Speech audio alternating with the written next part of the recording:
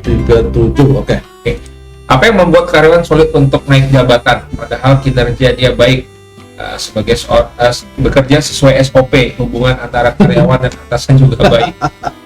Ini gimana nih? Gak naik jabatan gitu ya.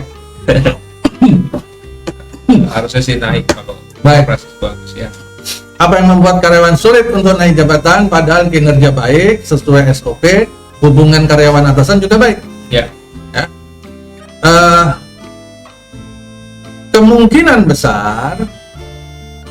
Kemungkinan besar pertanyaan ini muncul dari teman-teman kita yang masih terpengaruh dengan pola pikir karyawan di pemerintahan negara Wakanda. Ya. Pemerintahan, jadi PNS di Wakanda sana.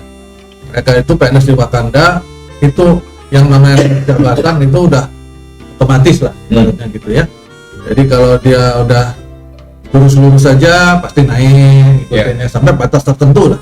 Begitu. Tetapi dia lupa ada prinsip dasar, terutama dalam dunia swasta, di luar pemerintahan, dalam dunia swasta, yang namanya promosi itu akan dilakukan apabila memenuhi dua hal utama yang bersifat kumulatif. Ya. Yang pertama adalah kemampuan dan kesempatan. Jadi kemampuan itu tadi yang dibahas dalam pertanyaan ini. Oh, kinerja bagus, sesuai SOP, hubungan baik, atasan karyawan baik semua. Itu kemampuan. Oh, kompetensinya bagus. Tapi kesempatannya ada apa enggak? Kesempatan ini maksudnya dalam struktur organisasi, Bapak Ibu, itu kan ada pos-posnya nih, kotak-kotaknya. Misalkan ada manajer HR, manajer accounting, manajer legal, manajer produksi, manajer logistik, manajer quality dan sebagainya. Semua di situ. Nah, kemudian ada karyawan yang posisinya sekarang udah senior supervisor di HRD misalnya. Dia kerjanya bagus banget, Pak. SOP-nya top lah, sesuai. Bahkan dia yang membuat SOP dan memperbaiki, improve SOP. Hubungan kerjanya bagus. Sesama karyawan di HRD bagus, dengan atasannya bagus, dengan bawahan bagus, dan karyawan pada umumnya yang lain semua menyenangi si senior supervisor ini. Tapi kenapa si senior supervisor ini nggak naik jadi manajer HRD? Ya karena masih ada orangnya di situ. Nah, itu yang namanya kesempatan, ya kan? Jadi kita harus melihat itu juga gitu loh. Barangkali kalau itu masalah kompetensi, masalah kemampuan sudah terpenuhi, ternyata kesempatannya belum ada. Boxnya belum ada yang kosong, ibaratnya begitu. Ada sih yang kosong, tapi di manajer produksi. Lah dia adalah spesialis di HRD. Orang yang sangat ahli di HRD. Masa iya dia naik pangkat jadi manajer produksi? Justru itu dia nggak memenuhi unsur kemampuan. Kesempatan ada, kemampuan nggak ada, malah kalau ke sana. Maka mau nggak mau dia tunggu apa? Tunggu si manajer HRD-nya pensiun, atau manajer HRD-nya keluar, atau manajer HRD-nya dipromosi ke posisi yang lain sehingga posisi itu kosong, atau dia tunggu ada perubahan struktur organisasi. Misalkan si perusahaan ini berkembang lebih besar, dia membutuhkan manajer untuk regional. Nah, mungkin senior supervisor tadi dipromosi menjadi manajer regional. Begitu memahaminya. Jadi nggak selalu kalau kita sudah, pokoknya saya sudah kerja bagus, sudah sesuai SOP, hubungan kerja bagus, nggak pernah bikin masalah, nggak pernah dapat surat peringatan, dapat penghargaan terus, juara 1 terus misalkan, produktivitas paling tinggi seperusahaan, tapi nggak juga naik pangkat, nggak juga naik jabatan. Nah, kita harus lihat, jangan-jangan memang struktur organisasinya sudah gemuk, sudah penuh. Nah, kalau udah begitu bagaimana? Nah, pilihannya dua. Kalau udah begitu pilihannya dua nih. Yang pertama kita mencoba berimprovisasi dalam arti mempelajari hal lain dan kita diarahkan atau minta diarahkan untuk masuk ke bidang yang lain. Atau yang berikutnya adalah kita mencari promosi di tempat lain. Ya, kalau memang udah nggak bisa nahan, nafsu banget tuh kalau nggak dipromosi, gue rasanya stres nih, kan gitu. Padahal gaji udah cukup, kerja udah bagus, hubungan sudah bagus dan sebagainya, udah permanen dan sebagainya, kan orang-orang kan pada nyari permanen kan. Terus pokoknya kalau nggak dipromosi nih aku bisa gila nih aku kalau nggak dipromosi. Nah, udah kalau udah seperti itu, carilah promosi di perusahaan lain, jadi begitu. Ya, kalau memang itu promosi adalah segala-galanya bagi si karyawan tersebut, maka silakan.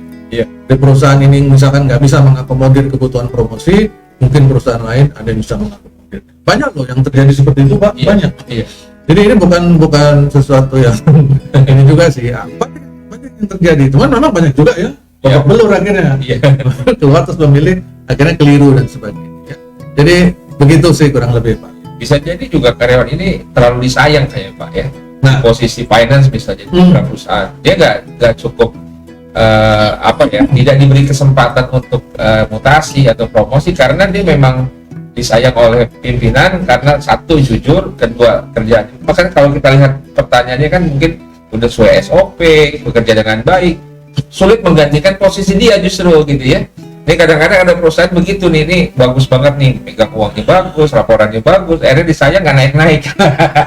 ya, kalau ini sebenarnya sayang yang keliru ya. Sayang yang keliru. Jadi sayang yang keliru ini sebenarnya menunjukkan kemampuan leadernya Betul, yang buruk betul. buat saya. Tidak bisa proses pendelegasiannya tidak bisa. Dia justru merasa terancam kalau si bawahan Betul. dia berkembang lebih bagus. Ya. Ya khawatir jadi ancaman. Nah, Iya. ini leader-leader yang Bisa jadi itu. nggak bener. Iya. Ya kan? Seharusnya sebagai leader dia sangat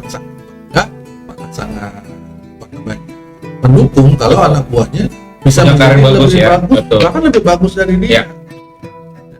Beberapa junior saya pada saat masih dulu bekerja, yang kebetulan pada saat itu dia berada di posisi lebih junior dari saya, hari ini sudah menjadi direktur di perusahaan-perusahaan ternama. Ya. Perusahaan-perusahaan yang enggak Ya. bukan ecek-ecek, perusahaan multinasional. Ya, jadi bahkan ada yang sudah sampai megang Asia Pasifik. Ya. Coba. Jadi dan itu memang kita harus bangga dengan itu. Ya. Kalau kasusnya seperti itu Pak Abi, Betul. maka saya melihat harus di sini peranan HR. Kalau tadi contohnya kebetulan ada di luar HR, Iya. finance misalkan, maka peranan HR harus melihat ini. Benar. HR harus bisa mengantisipasi, mendeteksi ada potensi-potensi Ya. seperti ini. Ya. Bahkan ada idiom dunia HR sendiri, bahkan kalau fungsi jabatan dipegang lebih dari 5 tahun pada orang yang sama, itu lebih banyak menjadi troublemaker-nya ketimbang menjadi orang-orang yang produktif gitu ya. Nah. Nah, misalnya ini kan bukannya pengalaman jadi penglamaan gitu ya. Bukan pengalaman. Ya. Bedanya pengalaman sama pengalaman kan bahaya tuh ya. Kalau pengalaman ya dia satu karirnya ya mentok, kedua kompetensinya itu juga, dan bahkan punya potensi untuk ya tadi menjadi troublemaker tadi itu ya. Itu ya perlunya memang HR mencari solusi ya. Kalau memang di finance misalnya yang karirnya tadi yang Om Deddy bilang mentok ya, misalnya layernya cuma sedikit gitu, karir path-nya bisa ke samping misalnya, yang job family-nya sama misalnya, misalnya finance ke accounting ngapain, internal audit bisa ya, itu intinya satu jenis job family-nya sama, atau bikin project ya kan, Pertamina bikin misalnya project gitu kan. Ya, jadi di beberapa tempat saya beraktivitas dulu Pak Abi, Ya.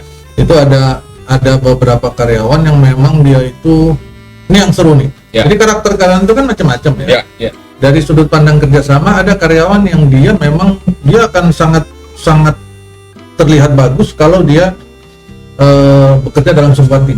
Ya.